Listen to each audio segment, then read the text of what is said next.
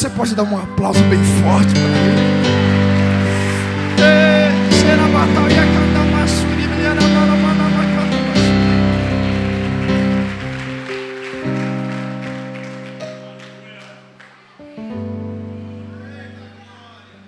Aleluia. Abra sua Bíblia no livro de Juízes.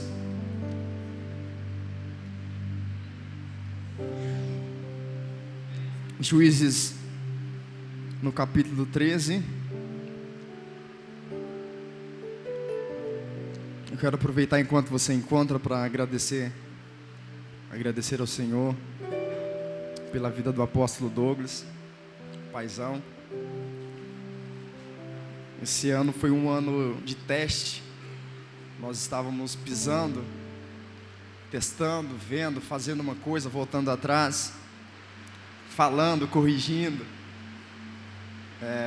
Deus fala e eu ligo para o pastor é assim mesmo? E ele confirma e nós andamos. E foi um ano assim, em que nós vimos de perto o cuidado do Senhor.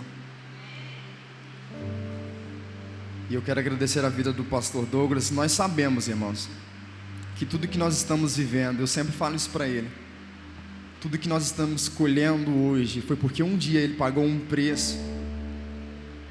Enquanto todo mundo estava vivendo suas próprias vontades, vivendo seus próprios deleites, existia um homem, ou melhor, uma criança, um adolescente, deixando tudo isso, pagando um preço para que Deus o tirasse lá do Rio de Janeiro. Talvez enquanto ele estava trancado no seu quarto orando, talvez eu estava num retiro de jovens, disperso, comendo, me alegrando com os meus amigos, e ele de joelho numa cama, orando pela minha vida. E eu creio que o que nós estamos vivendo em Nova Ponte, e o que nós vamos viver, deve-se a Deus e a um homem chamado apóstolo Douglas, que Deus levantou nessa região.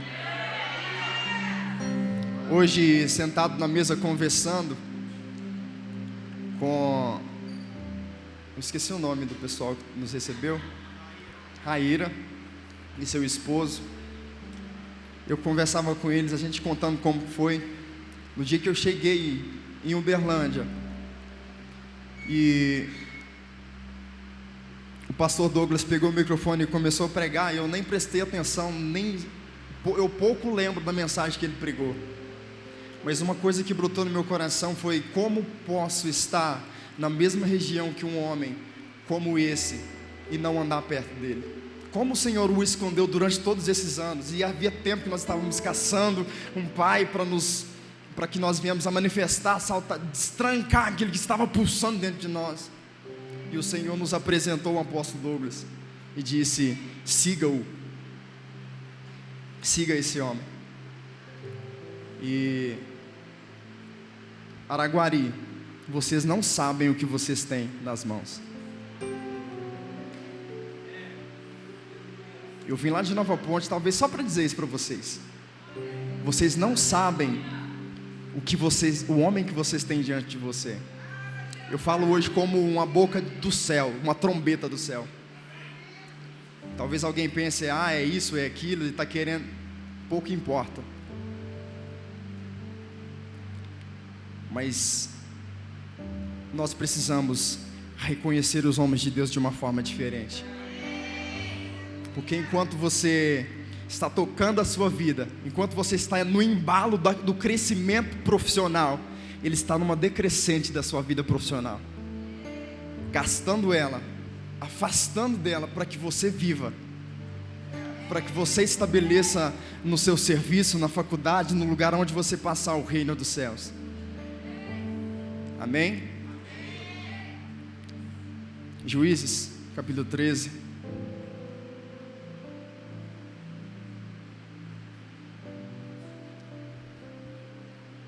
E os filhos de Israel tornaram a fazer o que parecia mal aos olhos do Senhor.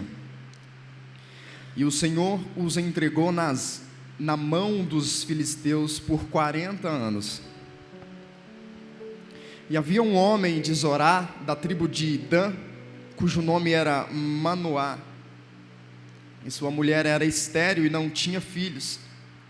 E o anjo do Senhor apareceu a esta mulher e disse-lhe: eis que agora és estéril e nunca tens concebido, porém conceberás e terás um filho. Agora, pois, guarda-te de que bebas vinho ou bebida forte, nem coma coisa imunda, porque eis que tu conceberás e terás um filho sobre cuja cabeça não passará navalha. Porquanto o menino será nazireu de Deus desde o ventre, e ele começará a livrar a Israel da mão dos filisteus.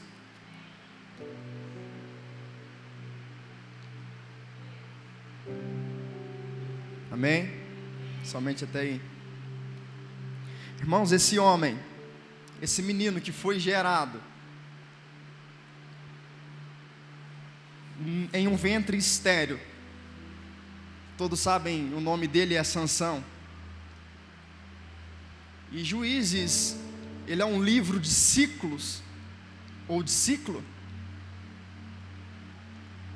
onde o povo de Deus, eles erravam, eram entregados para os inimigos, e o Senhor levantava alguém, fechava aquele ciclo, e eles voltavam a ter vitória sobre os inimigos. Mas logo eles se esqueciam do que Deus fazia, e de novo eles caíam em pecado, e Deus os colocava na mão dos inimigos. E esse ciclo vicioso, ele é relatado algumas vezes, eu acho que mais ou menos, aproximadamente umas 17 vezes, no livro de Juízes. E não diferente dessa época de Sansão, o povo havia pecado, havia errado, e Deus, então chega essa mulher estéril e fala: olha, eu vou, através desse ventre estéril seu, eu vou gerar uma criança, eu vou fazer com que uma criança seja gerada aí, para começar a libertar o meu povo. E aí começa a história de Sansão. Sansão, nazireu, separado por Deus, e todos sabem que o nazireado tinha algumas alianças, algumas regras que não poderia ser quebrado. E esse menino cresceu com essas instruções. E ele sabia de todas elas. Porém ele cresceu, adquiriu desde pequeno, a palavra de Deus fala que o Espírito Santo já era sobre ele.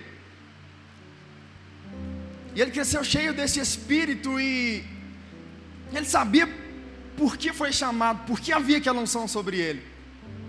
Só que Sansão, nós vemos ele fazendo algumas coisas que se dizia respeito a si mesmo.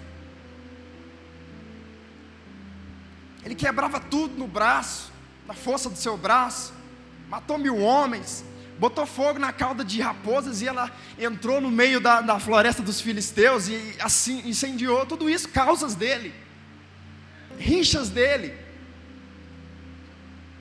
E por muito tempo ele usou essa força para os problemas que ele causou. Então ele resolvia, mas usando aquilo que Deus colocou sobre ele. E ligando ao que eu estava falando a respeito do apóstolo Douglas, existe no Triângulo Mineiro, a começar no Triângulo Mineiro, uma profecia sobre este lugar.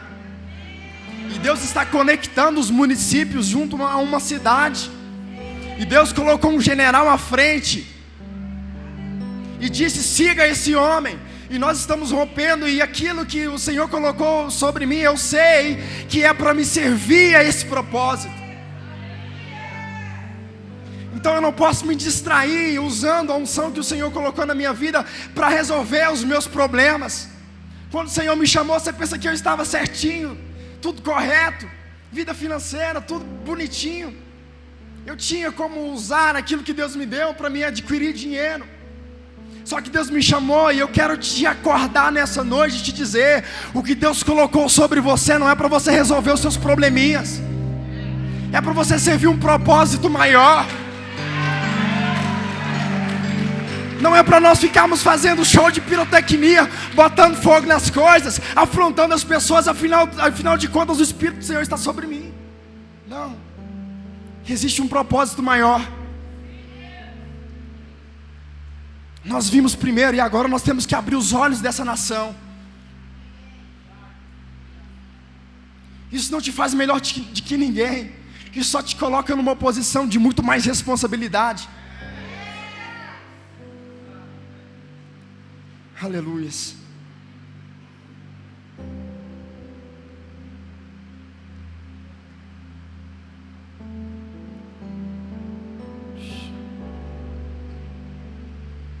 No versículo 14,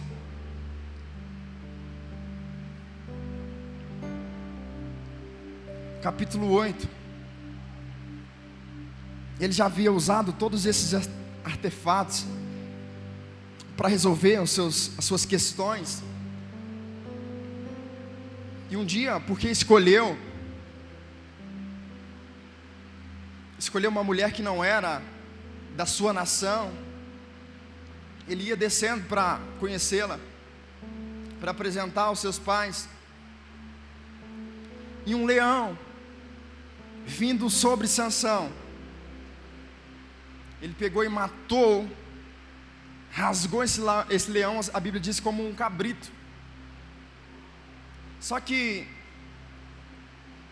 no voto do nazireado, ele não poderia tocar em defunto, ele não poderia tocar em cadáver. Se acontecesse dele estar num culto como esse, e alguém morresse de uma hora para outra de repente, e ele estivesse próximo, ele teria que refazer o seu voto, voltar até o sacerdote e começar do zero, raspar sua cabeça e começar a crescer de novo. E a Bíblia fala que quando ele fez isso, ele não contou para os seus pais. Ele rasgou aquele leão. Ele devia, foi no instinto, foi pelo Espírito Santo, mas o leão estava vindo contra ele. Então não tinha o que fazer, realmente ele tinha que matar, mas depois de matar ele tinha que procurar os seus pais. Ele tinha que procurar o sacerdote, falar o que aconteceu. Mas ele não fez isso, a palavra diz que ele não comunicou aos seus pais.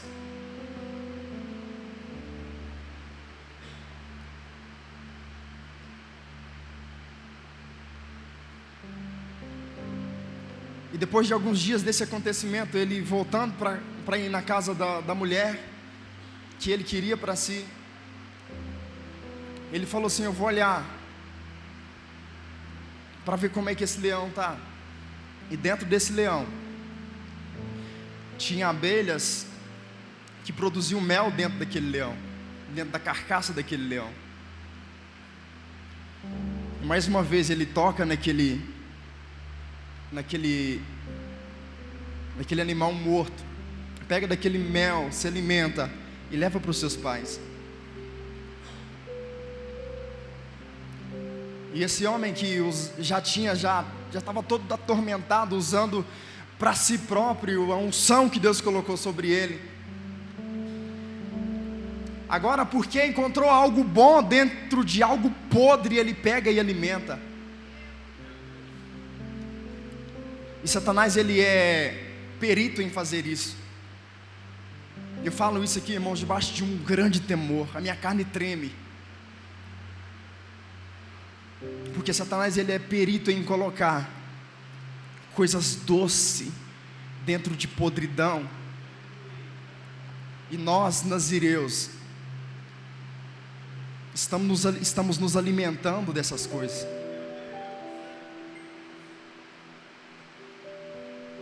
Mas existe um propósito para esse ano.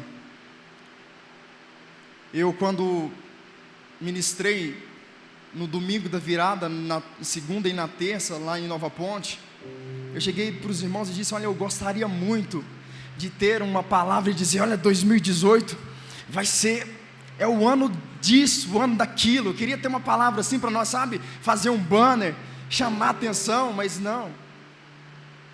O Senhor falou assim: olha, eu só quero de você mais intimidade, mais proximidade. Eu vou liberar para você, às vezes eu vou liberar para você no dia o que você vai fazer naquele dia. E Ele está nos chamando para essa intimidade, porque você precisa entender o que Deus está fazendo. Não se diz respeito ao seu umbigo, à sua empresa, a sua casa somente, é um conjunto. E quando você for tocar em um mel que está dentro de algo podre, você lembra que você está atrapalhando o que Deus está fazendo num conjunto. Sabe, Sansão naquele momento ele não se prejudicou a si mesmo. A única responsabilidade pelo qual ele nasceu, e ele sabia, era começar a libertar Israel. E quando ele tocou naquele defunto, naquele animal morto, ele não estava se prejudicando a si somente, ele estava parando algo que Deus estava fazendo.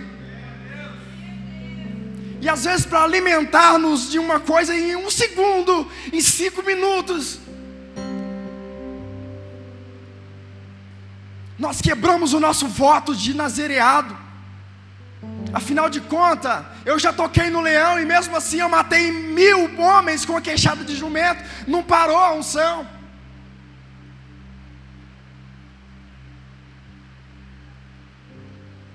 E quando Sansão tocou, comeu daquele mel, se alimentou ali, começou a decadência daquele homem. Eu quero ser rápido, não porque eu tenha que ser rápido, mas porque o que eu vim fazer aqui é muito objetivo.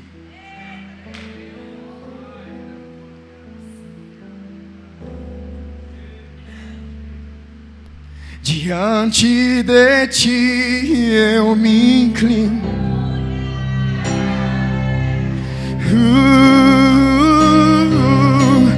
tu és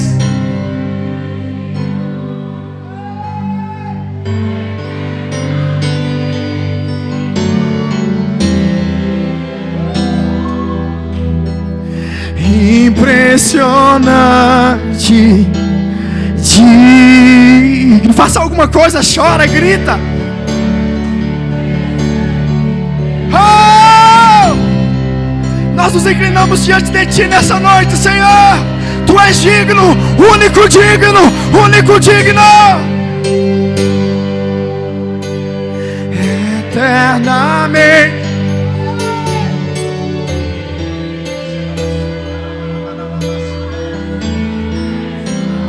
Tu és digno, Senhor. Diante de ti eu me inclino. Eita Deus. No capítulo 16,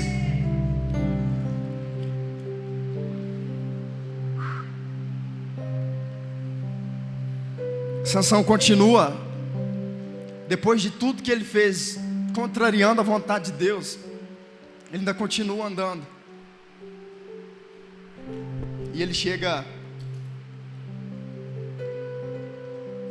vou até ler aqui no capítulo 16. E foi-se Sansão a Gaza e viu ali uma mulher prostituta e entrou a ela. Irmãos, nazireu. Ah, Senhor. E foi dito aos gazitas: Sansão entrou aqui. Foram, pois, em roda e toda a noite lhe puseram espias à porta da cidade. Porém toda a noite estiveram sossegados, dizendo: até a luz da manhã esperaremos, então o mataremos. Porém Sansão deitou-se até a meia-noite, e à meia-noite se levantou e travou das portas da entrada da cidade com ambas as ombreiras, e juntamente com a tranca as tomou, pondo-as sobre os ombros, e levou-as para cima até o cume do monte que está de frente de Hebrom. Irmãos, um homem que já estava em decadência espiritual. Ele fez uma vez, o poder não acabou. Ele fez duas, três, 4 vezes, o poder não acabou. Então ele se deita com uma prostituta. O povo cerca aquele lugar sabendo que ele estava ali. Ele disse: agora eu pego ele. Agora nós pegamos ele. Olha, irmãos, o prejuízo para o reino de Deus. E aquele homem, Sansão, então percebe que ele estava cercado, e antes que amanhecesse ele saiu daquele lugar e ele arrancou a porta da cidade. O pastor falou sobre as cidades antigas. Você lembra Você lembra de Jericó? Que Jericó, eles faziam morada sobre Jericó. Se um muro dessa largura, imagina como é a porta. Se uma cidade tem um muro forte, imagina como é a porta que por onde os inimigos atacavam primeiro. Até nós atacamos primeiro. As portas do inferno não prevalecerão diante da igreja. E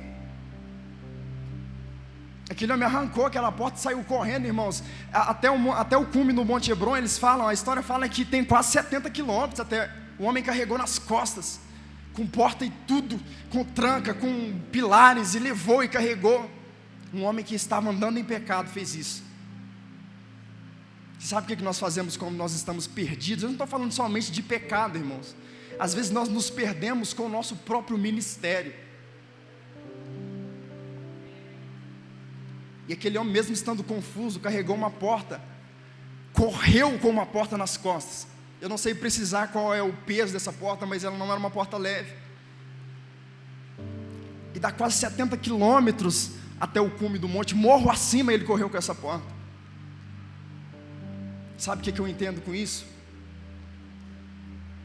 Deus, Ele não nos chamou para ficar carregando portas sobre as costas. O poder que Deus deu para você, a unção que Deus colocou sobre você, está ligado à libertação. Você é um libertador. Nós somos libertadores. O fogo que queima aqui é o mesmo fogo que queima na sarça. E fogo de sarça não atrai qualquer um. Se atraiu você, você é libertador.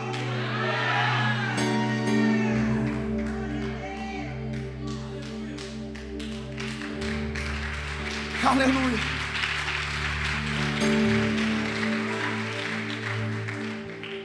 Deus não te chamou para o Mevan porque tem um perfil mais jovem, porque tem uns louvor top, que o pastor é novinho, fortinho, não usa terno e gravata para pregar, tudo light. Não tem nada a ver com isso, irmãos. Você é o libertador da sua casa. Se houve prostituição, chegou somente até você. De você para frente, não.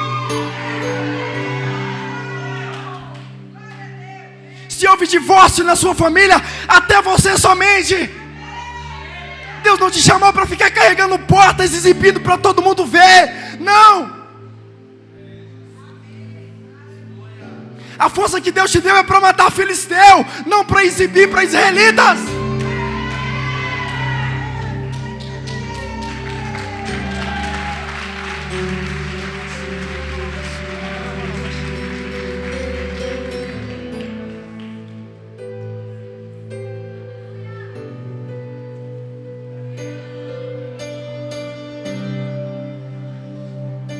Deus não nos chamou para ficar carregando, usando a unção para carregar coisas nas costas. E depois de tudo isso, Sansão chega em Dalila, sai daqui, desse episódio aqui, sai da casa dessa prostituta, e ainda no capítulo 16, eu acho que no 4, versículo 4, e depois disso aconteceu que se afeiçoou a uma mulher do vale de Sorek, cujo nome era Dalila. Eita.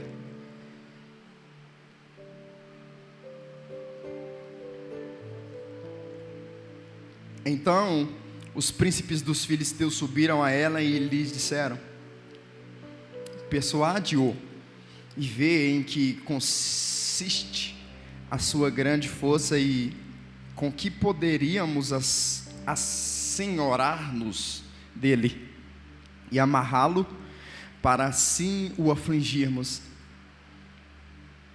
E te daremos cada um 1.100 moedas de prata.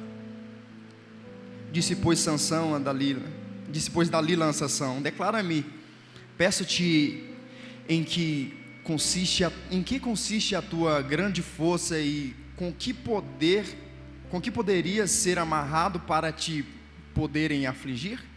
Disse-lhe Sansão: se amarrassem com 7 vergas de vimes frescos, que ainda não estivessem secos, então me enfraqueceria e seria como qualquer outro homem.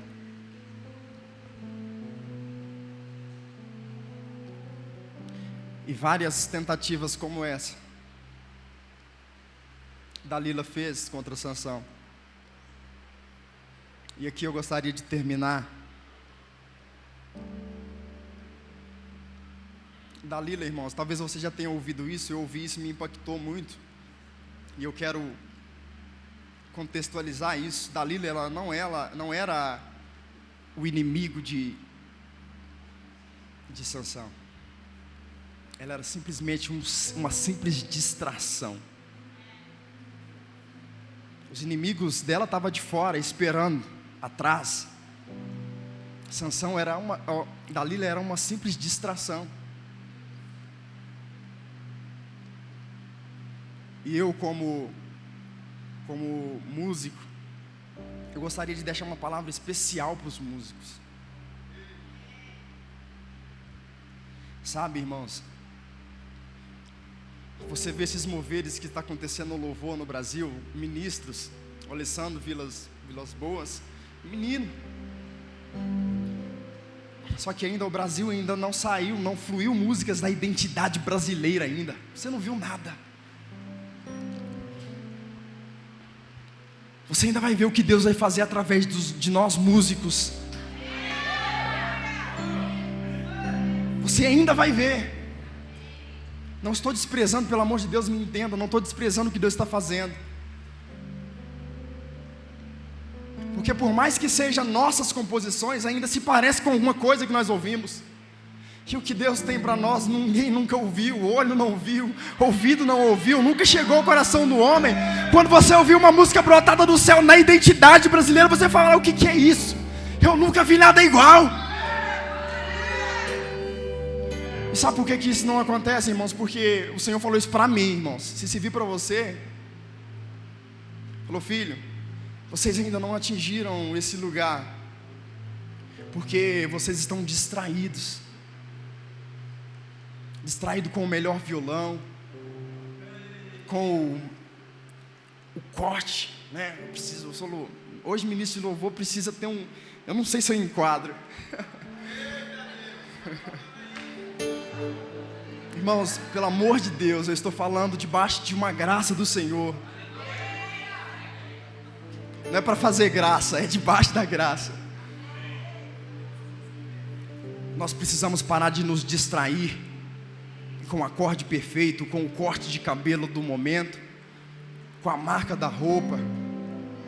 Se nós parássemos de olhar para isso, e nós vamos parar com isso, nós vamos matar Dalila. Sabe?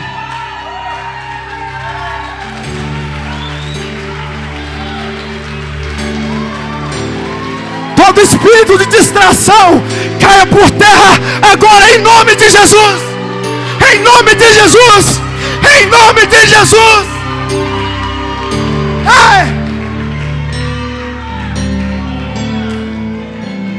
Mas não é pecado eu me arrumar. Não é pecado. Esse não é o seu inimigo. Essa é a distração para que o inimigo raspe sua cabeça e você perca a força. Mas antes que isso aconteça, acorda, dispensa Dalila e vem para o Senhor.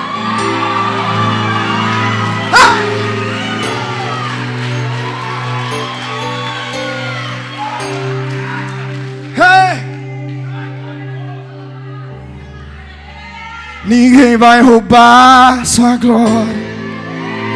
Ninguém vai roubar sua glória.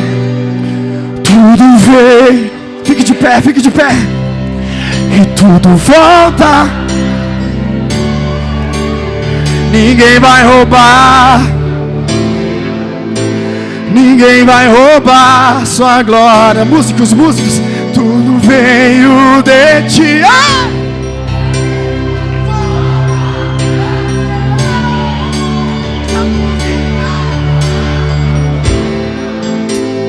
Ninguém vai roubar sua glória. Tudo veio de ti. E tudo volta.